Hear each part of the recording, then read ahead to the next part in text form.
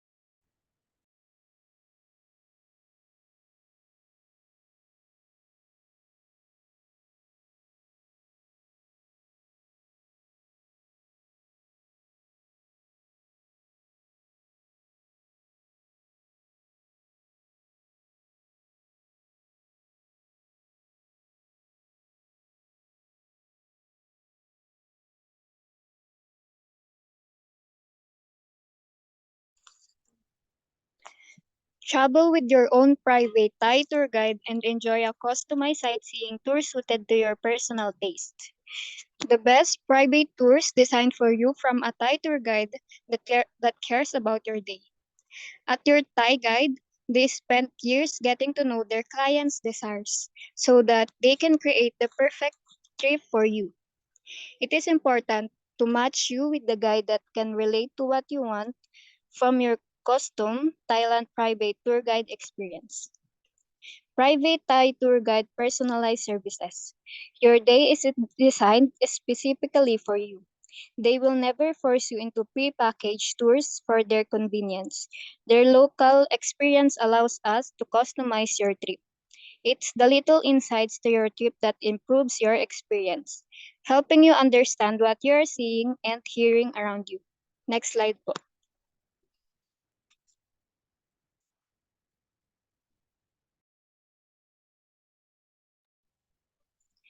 Talking. We made our way onto the boat and went on the main river before turning into the back street canals to see a different side of Bangkok. As we darted through the canal, I was feeling pretty pleased to have seen a monitor lizard. There was also so much more to see. The architecture, nature, and floaty stores were very cool. I have to admit that this was a real highlight. The canal is beautiful, and everyone seemed really friendly and happy. There was always something interesting and varied around every corner, and I was especially fun when the boat stepped up again. The boat moored next to our next destination, Santa Cruz Church, one of the many old Catholic churches in Bangkok, and part of an old Portuguese settlement. Bangkok has grown so much that covers all the excess area. So there is no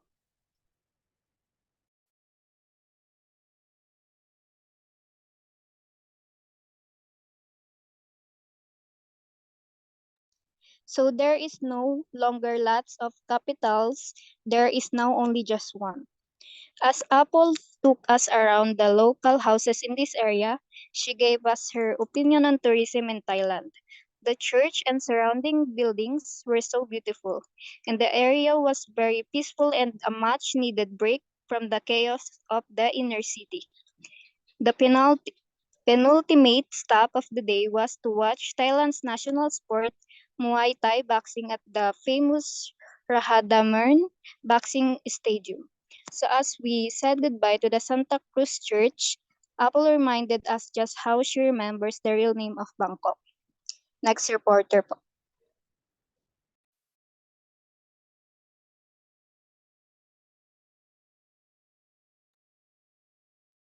A ritual dance is performed before each fight called the Waikru, and it aims to pay homage to their teacher's family and to bless themselves with victory. in the ring. Muay Thai is one of the fastest growing forms of martial arts over the last 80 years. Muay Thai, elbows, fists, knees, legs, and the shins. And the feet, some consider the use of the head and ninth weapon of Muay Thai. In fact, one match had to be stopped as one of the fighter was too badly injured to continue some of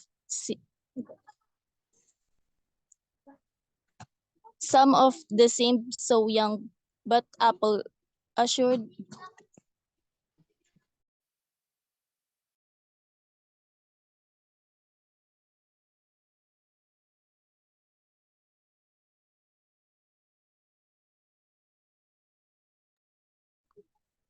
but Apple assured me that they really enjoy it, and I could tell that Apple was loving it as well. Meeting Apple has been great, and she has taught me us so much about Thailand. We love Nina. We had a wonderful experience with your Thai guide and highly recommended booking your private tour with them. I'm sure all their tours are amazing, but we love Nina. She felt like an old friend showing us around the beautiful city of Bangkok. She was very informative and told us everything we should know. Do's, don't, history, everything. Next.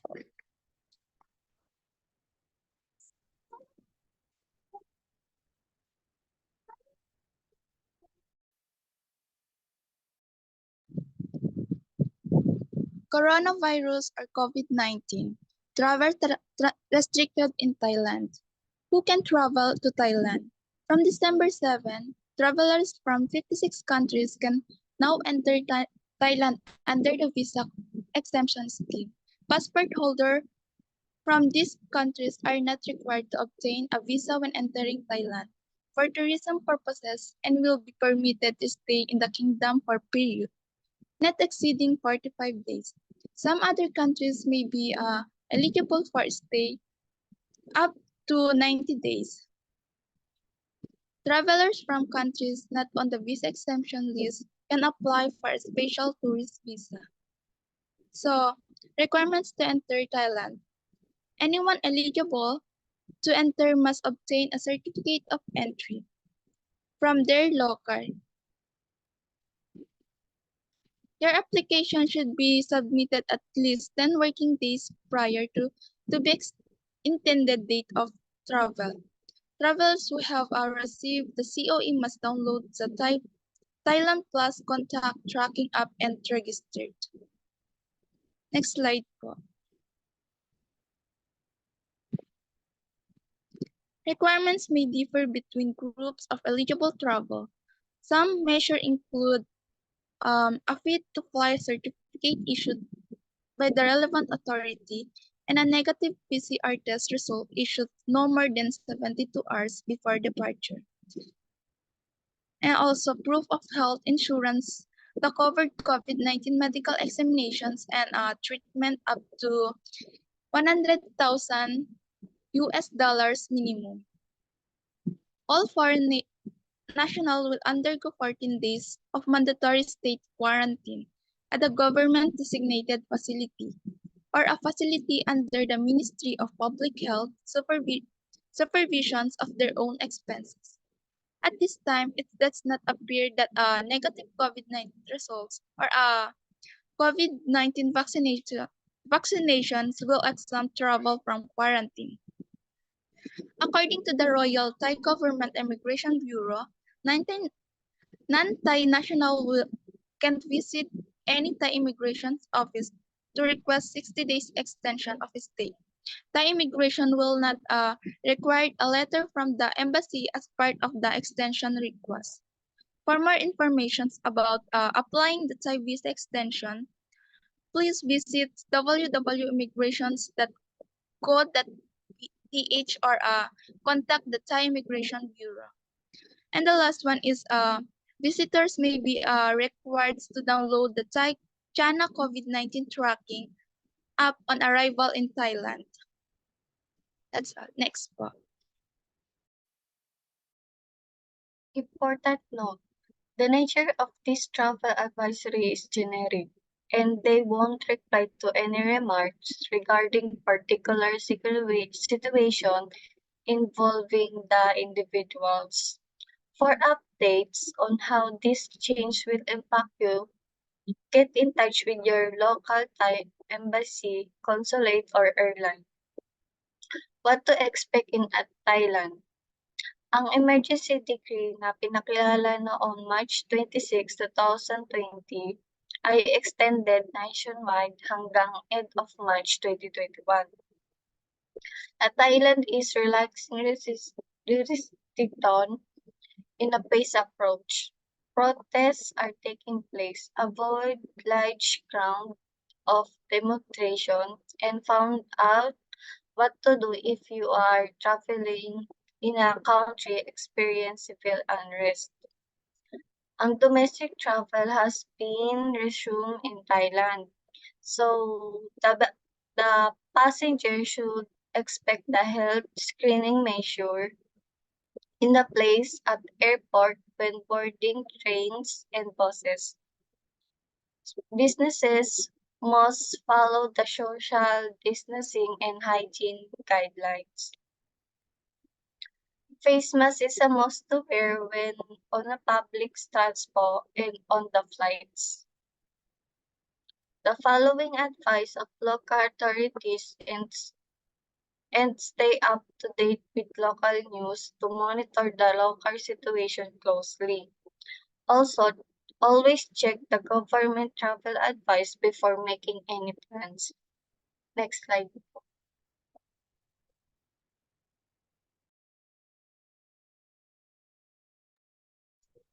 How a custom private tour works. Custom private tour refers to a travel experience that is tailored specifically to the preferences, interests, and schedule of an individual or a small group. Unlike standard tours, which follow a predetermined itinerary and often include larger groups, it aims to provide a unique and highly personalized travel experience, ensuring that the traveler's specific desires and needs are met. Say hello. It is often referred to the initial interaction and engagement elements that create a welcoming and personalized experience. Here's how they typically manifest. Personal introduction. This may include a friendly introduction, a brief overview of the tour, and an explanation of what to expect. Welcome package. Welcome package that may include local maps, an itinerary, contact information, and sometimes small gifts or souvenir. Personal preferences. Right from the beginning, the guide or company might inquire about any immediate needs or preferences, such as dietary restrictions, preferred pace of travel, or specific interests. Local insights. It often share local insights and tips as part of the initial greeting. This might include cultural etiquette, interesting historical facts, or recommendations for local experiences. Accessibility and support. Demonstrating availability and support from the outset is crucial. Last one is the customized experience. From the moment you say hello, the tour is tailored to you. This includes adjusting the day's itinerary based on your mood, energy level, or spontaneous interests. Planning. When planning a custom private tour, several key factors ensure the tour meets your specific needs and preferences. Here's a detailed explanation of these planning tour factors. Initial consultation, understanding interests, discuss client's hobbies, interests, and the type of experience he or she is seeking. Travel dates and duration, determine the dates and length of client's trip to ensure availability and appropriate pacing. Budgeting.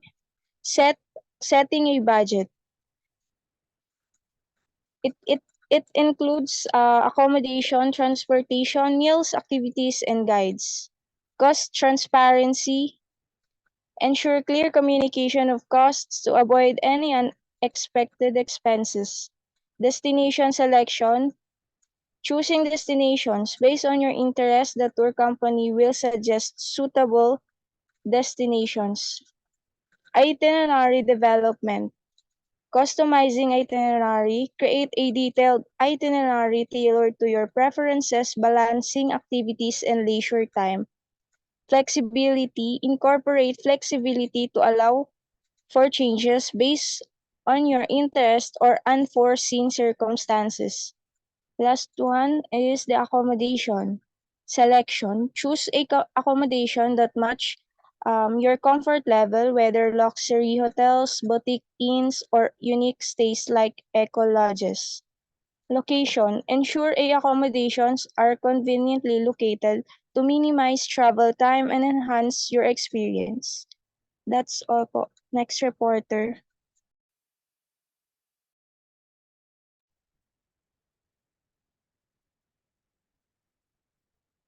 Finalizing and booking. The whole process is non-commercial until you are totally satisfied and ready to book. I acquire a small deposit in order to lock in the date and reserve any tickets, activities. Like for example, choose your package. Decide on the destination, duration, and type of tour. Review the itinerary inclusion and exclusion. Check availability. Contact the tour provider or check their website to ensure the dates you want are available. Review the cost. Understand the total cost of the tour, including any optional add-ons or upgrade. Check for any discounts or special offers. Read the terms and conditions. Carefully read the booking terms and cancellation policy. Check if travel insurance is required or recommended.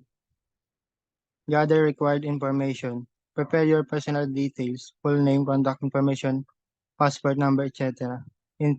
Ensure you have the necessary travel documents. Make the payment. Select your payment method. Make the payment as per the tour provides instruction. Receive confirmation. Get, get, a book, get a booking confirmation via email or other communication channel. Check the details in the confirmation accuracy. Tour day. By the time tour day comes around and we meet face to face, we'll be friends already. My promise. There won't be any obligation to book on follow-up emails. No automatic mailing lists. The three question private price and how it works via private tour. Group tour are much cheaper but are totally different experience. On a group tour, you'd be copied along with others never treat as an individual. The experience I provide is almost exactly the opposite. First, I ask about you, what you're interested in, what you want to see. Next po.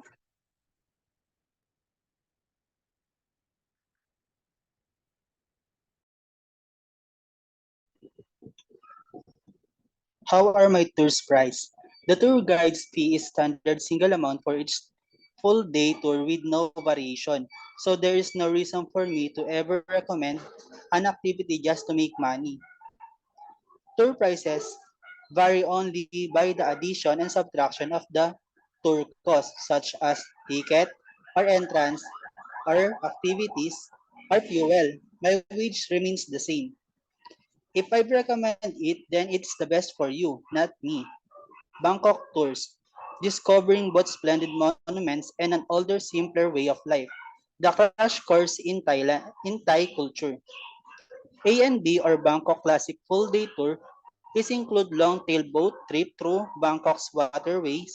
Bangkok's major highlights including Grand Palace, Temple of Dawn, Wat Po, Chao Phraya River, Chinatown, and markets, an iconic taste of Asia.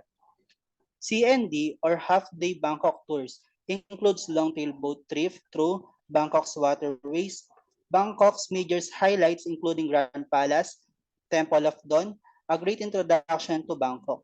Next po.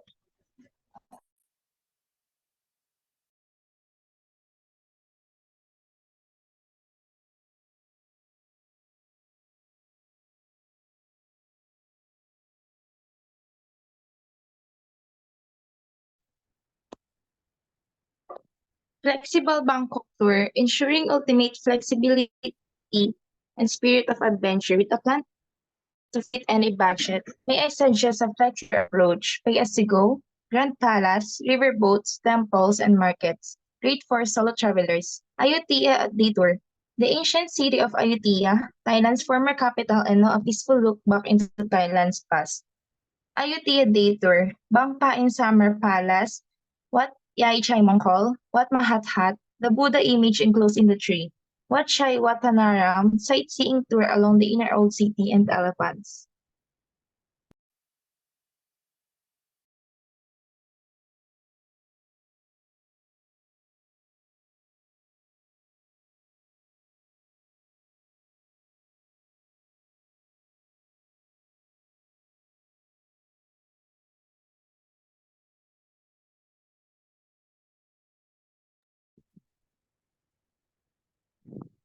Floating Market and River Kwai Railway.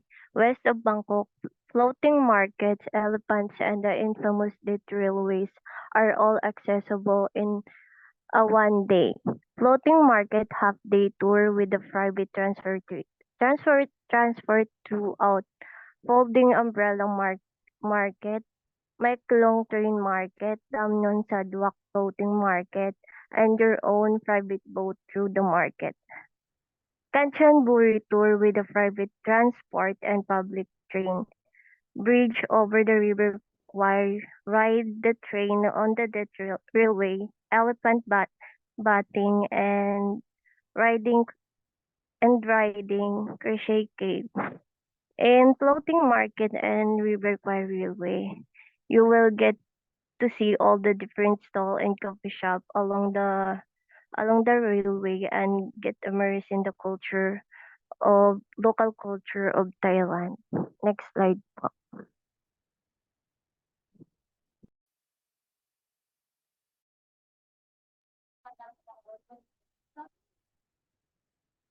Combination tours. Combine areas together to get the most out of your way. Oh, combination floating markets and Ayutthaya. Folding umbrella market. A unique market where vendors quickly fold their umbrellas, move their goods to make way for passing trains. Damyan Swadak floating market. A famous floating market where vendors sells goods from boats at Ayutthaya, a historical city with several notable sites. Wat Mahat, known for the Buddha head entwined in tree roots. Wat Yai Chai Mongkol, a temple with a large steady and reclining Buddha. Chao Phraya River, the main river flowing through the region. Wat Sri Sampet, a formal royal temple. Wat Chai Matharanan, a temple with impressive ruins and architecture. P combination, floating market and Kanchanaburi tour. Folding umbrella market and Meklong train market, a market on the railway tracks. Damnon Swadok floating market, a vibrant floating market. Bridge over the River Kwai, a historic bridge linked to World War II. War history sites, location significant to the World War II history. Death Railway train ride, a scenic train journey along the railway built during the war. Krasi Cave, a cave with historical significance along the Death Railway. QNR combination, Bangkok and floating market tour. Floating market, folding umbrella market, the market on the railway tracks. Damyon Sadwak floating market, the bustling floating market, Grand Palace, the official residence of Thai King, featuring intricate architecture. Temple of Dawn, or Wat Arun, a temple known for its stunning riverside location and architecture. Wat Po, famous for the giant reclining Buddha statue. Chinatown and markets, a vibrant area with various markets and street foods. S combination, Bangkok and Ayutthaya day tour. Grand Palace, the historic royal residence without opulent buildings. Temple of Dawn, or Wat Arut, an iconic riverside temple. Atuhaya, Bangpa Inn Summer Palace, a beautiful summer place with well-kept gardens. Wat Mahat Hat, known for Buddha head and the three roots. Wat Yai Chai Mongkol, a significant temple with a large chedi. Wat Sri Sampet, a former royal temple with historical significance. Wat Chai Wat Hanaram, a temple with pictures and ruins. By combining these attractions into specific tours, visitors can efficiently explore multiple iconic tours. Next reporter.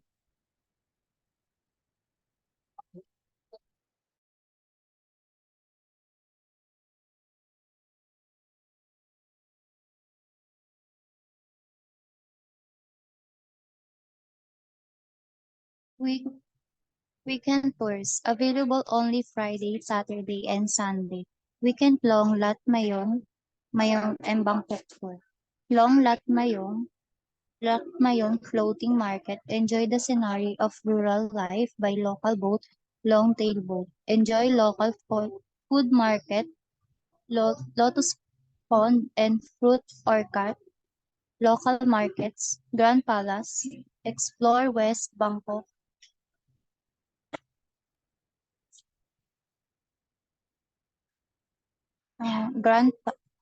In a private long-tail boat. Wat Po, the Temple of Dawn. J. Weekend long Lat Mayon Market and Chatchuka Market. Long Lat Mayon floating market. Enjoy the scenario of rural life by local boating boat. Enjoy local food, lotus pond and fruit orchard. Local market shopping at Chatchuka Weekend Market. Or Tor Core Market is one of Bangkok's best kept secret. And Ampawa Floating Market Tour, Holding Umbrella Market, Meatlog, Train Market, Wat Bang Kung, Ampawa Floating Market, Private Long Tail Boat along the river to see fireflies. Next reporter. A Bangkok food tour and tasting experience typically offers a vibrant and immersive culinary journey through the city's bustling streets and hidden alleys. You will have the chance to taste a variety of local street foods like pad thai, somtum or papaya salad, satay, and mango sticky rice from famous street vendors and food stalls. Discover hidden eateries and family-run restaurants that are beloved by locals but often overlooked by tourists. Savor full meals at traditional Thai restaurants, including specialties like tom yum goong or spicy shrimp soup, green curry, and various noodle dishes. Taste local beverages such as Thai iced tea, coconut water, and unique herbal drinks. And lastly, to gain a deeper understanding of Thai culture and daily life through food, seeing how it intertwines with traditions, celebrations, and family life. This experience not only satisfies the palate, but also offers a rich cultural immersion, making it a must-do for food enthusiasts visiting Bangkok. Bangkok Temples and Evening Food Tour combines the cultural richness of the city's historic temples along with the vibrant flavors of its evening street food scene. This unique experience includes tours in Wat Arun or Temple of Dawn, known for its stunning riverside location and intricate ceramic decorations. Wat Pho or Temple of the Reclining Buddha, which is the largest and oldest temple in Bangkok, home to the famous reclining Buddha statue. The origins of traditional Thai massage can also be traced back to this temple. Wat Trai Meat or Temple of the Golden Buddha is the world's largest solid gold Buddha statue weighing over 5 tons. On the other hand, evening food tour includes stroll through the bustling streets of Chinatown or Yaowarat, known for its vibrant night market and diverse Chinese Thai fusion dishes, such as dim sum, seafood, and roasted duck.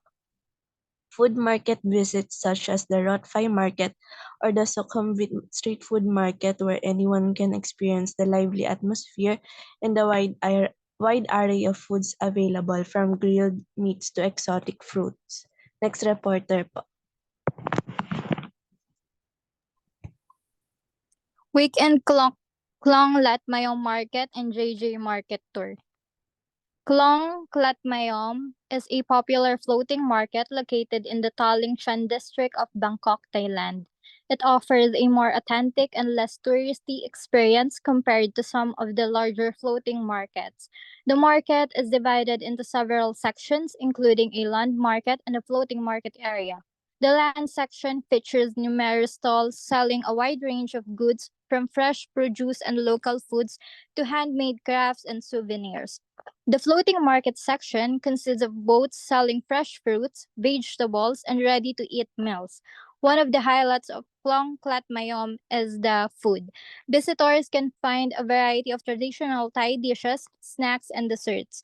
Visitors can take boat tours along the canals, which offer a scenic view of the surrounding area and provide a glimpse into the daily lives of the local residents.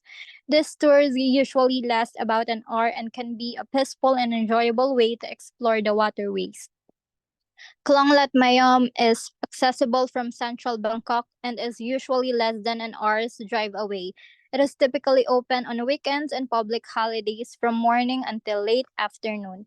Overall, Klong Latmayom is an excellent destination for those looking to experience a more traditional and intimate floating market in Bangkok. Next slide po. The Chatuchak Weekend Market, also known as Jatujak Market or JJ Market, is one of the largest and most famous markets in the world, located in Bangkok, Thailand. It attracts thousands of visitors every weekend. Chatuchak offers a staggering variety of products, including clothing, accessories, antiques, handicrafts, ceramics, furniture, home decor, plants, books, pets, and even arts. It's known for being a one-stop shop where you can find almost anything. The market is also famous for its street food that visitors can enjoy a wide range of Thai dishes. Bargaining is common and expected at Chatuchak Market. Shoppers are encouraged to negotiate prices, especially when buying in bulk. Vendors are usually friendly and open to haggling, making it a fun part of the shopping experience. The market is easily accessible by public transport. Also, it is open on Saturdays and Sundays from early morning until late afternoon. Chatuchak Market has a vibrant and bustling atmosphere with a mix of locals and tourists. Despite the crowds, the market is generally well organized and clean with clearly marked. Next reporter po.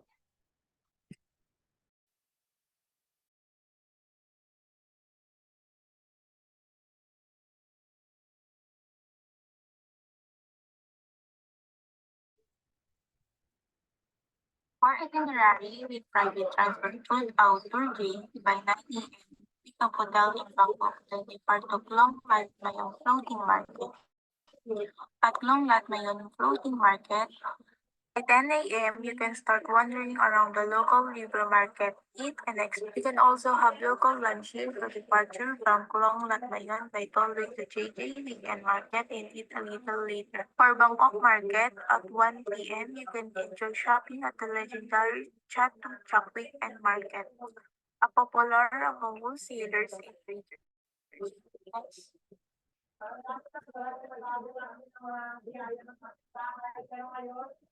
Next slide.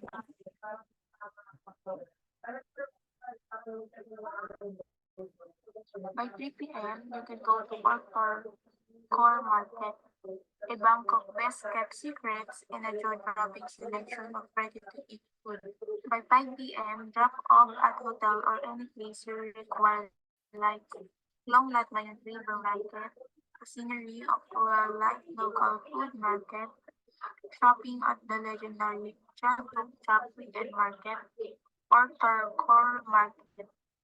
It includes all tickets and fees for activities on the itinerary, like one English-speaking guide license, one private air-conditioned vehicle with professional driver license, including optional extra activities if Green Field City.